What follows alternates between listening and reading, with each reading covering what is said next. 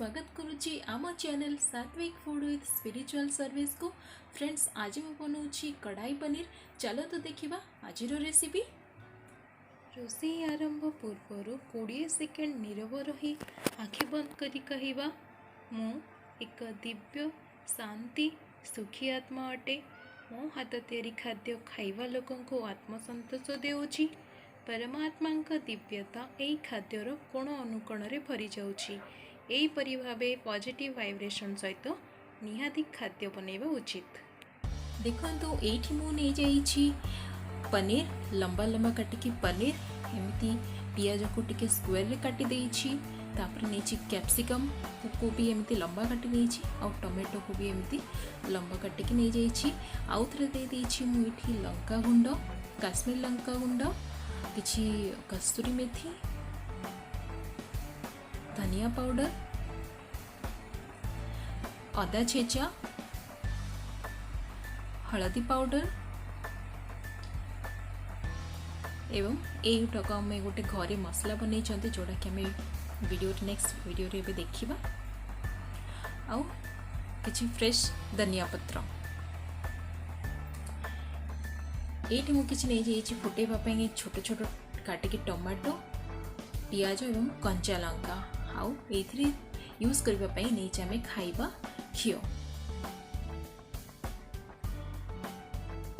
ये आम देदेबा गोटे कड़ई रे सुखिला लंका धनिया जीरा पानमहुरी ए सब आम गोटे गोटे गोटे स्पून ही दबा आउ गोलमरीच हाफ चामच ये सब आम भल भाव से पुणी यार को ठंडा करिकी यार गोटे मसला बनैबा जो आम कि सुखिला मसला बनैबा ए पानी दिज्व ना। गोटे पैन गरम होला दे दूचे 2 स्पून घीओ आम जो बहुत बड़ बड़ आकार काटिकी रखी पियाज टमाटो कैप्सिकम पनीर को ये सब को आम टिके धीमी आंच रे फ्राई करी नबा। अल्प टिके लुण देकी पूरा 100% यहाँ को फ्राई करवा नहीं केवल यार कंचा स्मेल जावाई आम यहाँ सलो फ्राई करूँगी।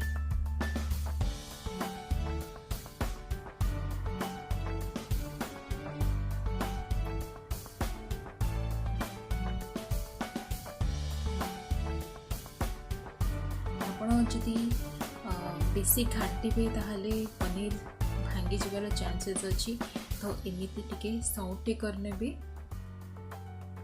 देखो मुझे दे दीची लुण अल्प लुण देची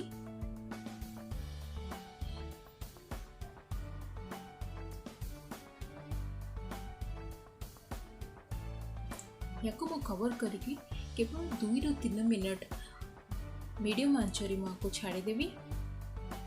ये देखो तो आमर 60% 70% हो जाइए तो पुणी थे कहूँ आप बेसी घाटिबे ना जदि पनीर गुड़ाक सब गुंड हो आम अगर प्लेट रे काढ़ीदबा या साइड करदबा।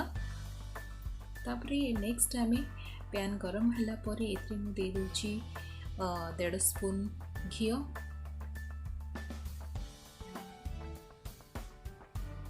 भल भाव से गरम है दे दूची 1 स्पून जीरा और आम जो छोट छोट काटिकी रखिथवा पियाज टमाटो ये सब को भल भाव से घाटी देदेव आम टमाटो मुझे पुणी थे देती। ये एक्चुअली मोर कैमरार फ्लैश लाइट ऑफ हो जाता से गोटे घरे छोट लाइट थी मुझे यूज करी। तो ये मुझे दूसरी ग्रीन चिली ये मोर फ्लैश लाइट पुणी थे ऑन हो गला। ये मुझे दूसरी छेचिकी रखि अदा ये सब को भल भाव से घाटिकी नेक्स्ट आम सब प्रकार सुखिला मसला गुड़ाक देदेबा।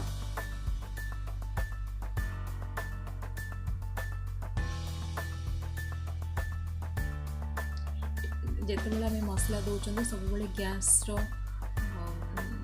फ्लेम सब स्लो करके रखा। ये दे दूँ हलदी गुंड धनिया गुंड काश्मीर लंका गुंड और आम जो घरे मसला तैयारी करते सब प्रकार धनिया पानमहुरी ये सब को गोलमरीच ये सब को मिसेकी तार 2 स्पून दे दूची। आउ ये छोट मोर ग्लास रे 2 कप पानी से मु दूची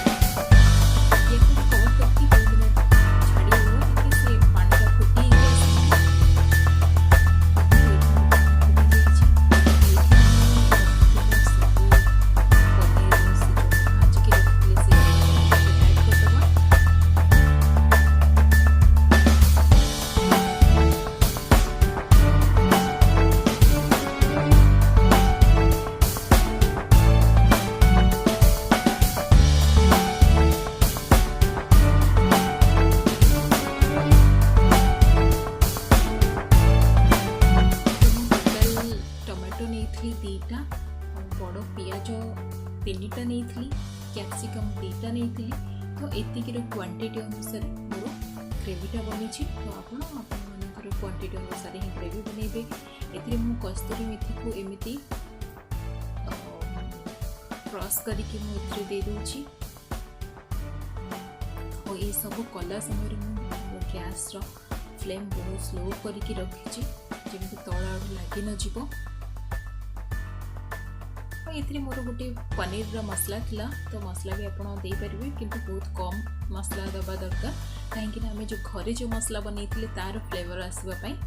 आउ गोटे कथा मुझे भूली जाइए आपड़ ए रसुण भी देवे रसुण मोर स्किप हो रसुण देनी तापर आम रखि फ्रेश धनिया पत्र को ये ऐड कर दूची।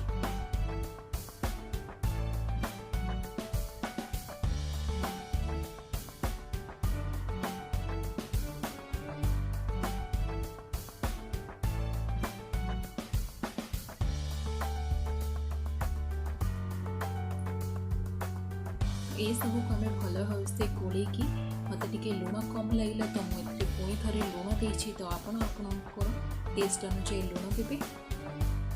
या मुझे कवर करके एटलिस्ट धीमी आंचरे 5 मिनट छाड़ी दूची ताकि आमर सब वेजिटेबल पनीर सहित मसलार मिक्स भल भाव से हो।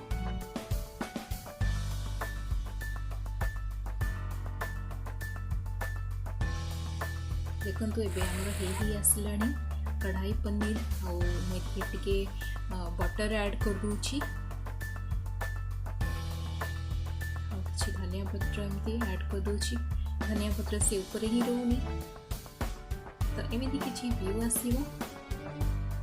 आमे समस्ते खाद्य खाइबा पूर्व 20 सेकेंड नीरव रही आखि बंद करी कहवा मु एक दिव्य शांति सुखी आत्मा अटे। एही अन्न को भी धन्यवाद अन्नदाता को भी धन्यवाद। परमात्मा का दिव्यता ए खाद्यर कोण कोण रे भरी जाउची। हमको सब प्रकार पॉजिटिव एनर्जी मिलुची।